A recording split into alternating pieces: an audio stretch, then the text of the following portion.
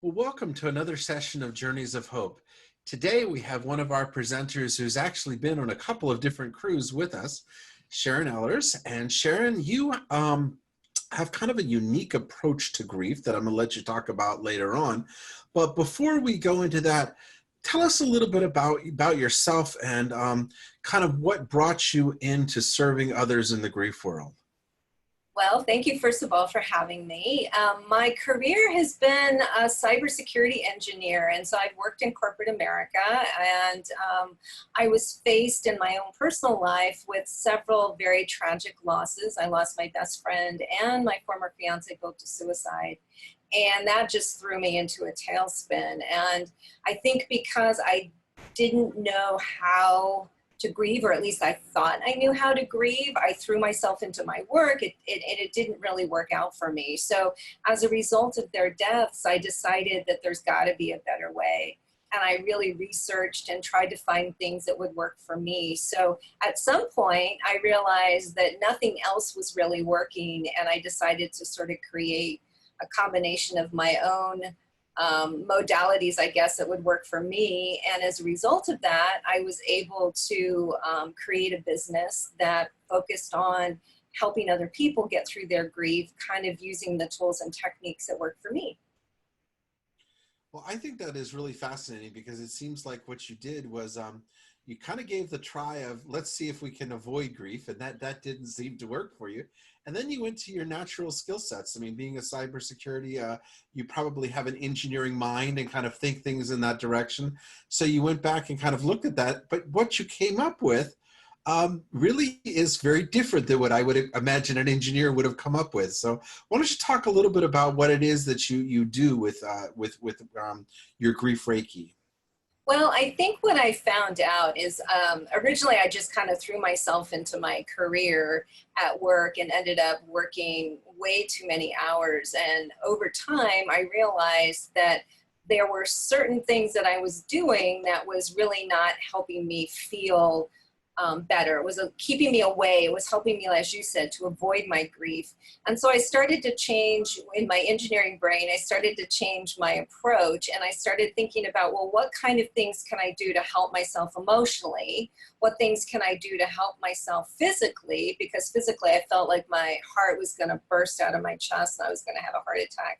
And then what can I do spiritually to really kind of bring it all together? And so I just kind of started experimenting.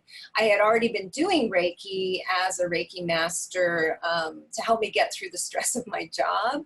And I thought, well, if it helps me de-stress with my job, maybe it'll help me sort of get to a place so I can sleep at night, etc., while I'm grieving. And so I started doing that. I started walking. I started just kind of taking little baby steps, because at first you really don't want to do anything at all. But as I was doing these things, I wasn't really paying attention to it. And I think as time progressed, I was able to kind of go back and say, well, you know, I actually got to the other side. I don't feel like I'm in pain. I miss my loved ones. What did I do to get here?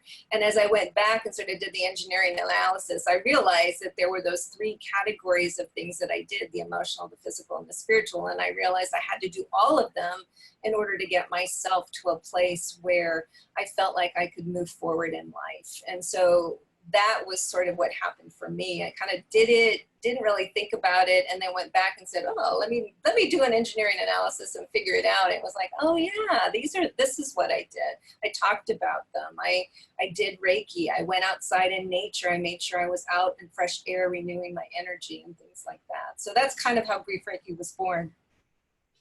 For those of people who don't know, can you give a kind of a brief explanation of what is Reiki and how it affects or helps someone? So Reiki is a Japanese stress reduction technique. And like I said, I looked for something when I was working. I was working in Washington. I was super stressed out. I was looking for something to help me calm down, like yoga. And I found a business card. It said Reiki on it. I had no idea what it was. I went in for the appointment, and I remember leaving there feeling like my whole body, my whole spirit had been transformed. So I started to study about it. It was founded in 1900 in the United States. It's been part of Eastern medicine in Japan for thousands of years.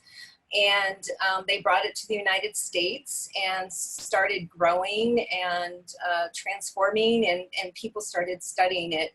But it's really a spiritual way of understanding how life affects the energy in your body, and that your body is made up of energy. And when things happen, you can actually create blockages in your immune system, in your body, that stops the energy from flowing. And as a result of that, you can get very sick and ill. And I found that from work, the stress that was created by my job started to create that stress in my body. And I was looking for ways to kind of bring myself to a place of peace, either while I was at work or after work, before I went to bed. And so those very same techniques are also applicable to folks who are grieving, because the energy in our heart, as you might imagine, is blocked or unbalanced when we're grieving. And as a result, you can start to feel all kinds of things physically, emotionally, and spiritually, because the energy is not moving through your body. So it's been around for a while. It's been done all over the world. And this was the particular technique that I chose, was the Japanese version of doing this energy healing, basically. Well, thank you. No, I think my first real experience with it was actually on our last cruise, and you actually did a Reiki session on me, and I would agree. I felt I don't understand why, and maybe you understand better, but I did have that feeling like something was just lifted off of me. There was kind of like, I don't know, an invisible weight that I felt was removed from who I was. That was just really very powerful in that process. Can you talk a little bit about how you work with others on the Grief Cruise and how you interact with some of the guests, since you are going to be presenting on the cruise? Can you talk a little bit about that? Yeah, I think last year's cruise, by the way, was an amazing experience. And it was the number of people that were there, and just the beautiful spirit that everybody brought with them to the cruise was amazing. I think we were all just walking around in a very good place, even though there was so much around us having to do with grief. But I think what I found for me was that a lot of people either knew about Reiki and were very excited, and they wanted just a little bit of time to kind of be in that place where they could receive Reiki, individually, and others had not heard anything about it and were very curious. So it gave us an opportunity to sort of sit down and talk about it a little bit through the lecture, but also meet with people one-on-one and give them an opportunity to either re-experience Reiki, or, like yourself, experience Reiki for the first time. And so that was kind of exciting. There was such a general feeling of warmth coming back, and people were very open-minded and felt like you did very different after they had, had just a little bit of a taste of a Reiki session. Well, thank you. So I want to ask you, before you went on a grief cruise, so think back, not to where your mind is now, but before you actually first went on one, what did you think about the idea of a grief cruise? What was your initial thought? Obviously you thought enough to go on it, but what was your initial thought? Well, I think, when you see it kind of come by and you're thinking, well, why would I want to go on a cruise and then be grieving or talk about my grief? It seems sort of counterintuitive. It's like, well, the cruise is supposed to be fun, but this is going to be maybe a downer, or is something that I really don't want to talk about, and why would I go on a cruise to do that? So I think there was a lot of hesitation maybe on my part of, why would you do something like that? Why would you even put those two things together? Like, how could you possibly have fun and, grieve with other people at the same time? So it seemed kind of counterintuitive to me at first. So now that you've been on it, what would you say to someone who is considering? What do you think some of yourself, or maybe what you've witnessed in others, are some of the biggest, opportunities or benefits from being on the cruise? Well, first of all, it was amazing. I think the group of people that were there were just there 100%. That includes the presenters as well as the participants. I think that the whole just the whole atmosphere was so healing. And to watch, not only for me, not knowing what to expect, to see how I felt transformed, but to physically see people who came on, you know, maybe in tears or were not able to talk about something. And by the end of the cruise, we had one particular attendee who said to us, I have not laughed in I don't even know how long, and you brought it. Your cruise brought a smile to my face again. I finally feel like I'm able to breathe, and it was just an amazing experience to have somebody say that, and then to literally witness, like you said, with the Reiki, but I think in general with the whole bereavement cruise, you could just see the weight every day. A little bit was lifting off of people's shoulders. They didn't feel alone. They felt comfortable that they could talk about what they were experiencing with other people who got it and understood. They didn't feel judged or analyzed or criticized. And they were learning that what they were going through from a grieving perspective was absolutely normal, that they weren't going crazy, that they weren't weird, that there was a community of people there to embrace and support them. And it was just amazing to watch. And I could probably cry just talking about it, but it was really amazing to watch. And you could literally see it, the change in people's faces. You can just feel the hope just coming into people's being from the transformation even over the week. Is just so really amazing to see that happen. Now, one other question I want to ask you about the cruise is, you went as a single person, so that you know, many of our potential people want to go, obviously because of their spouse may have died or things of that nature. They're coming as a single person. How did you find it being on in and part of the grief cruise as a single person?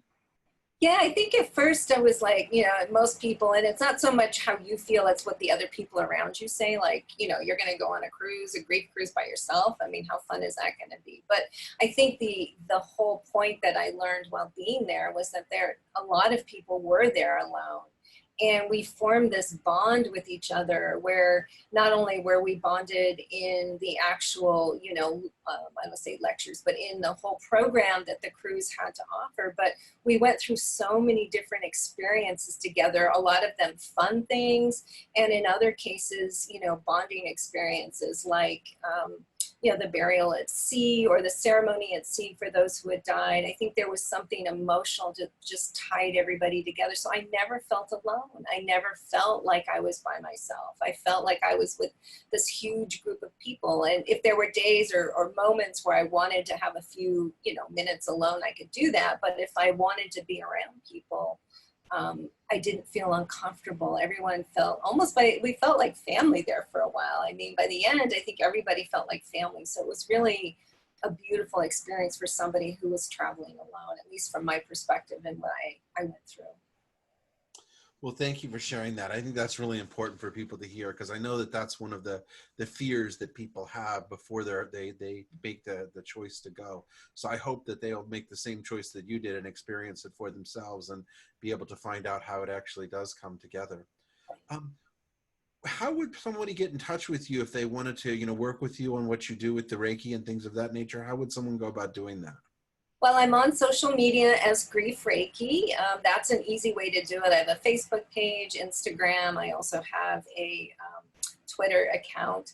But probably the easiest way would be to go to my website, and there's a place on the front page where you can just, you know, contact me, reach out. It has my email address.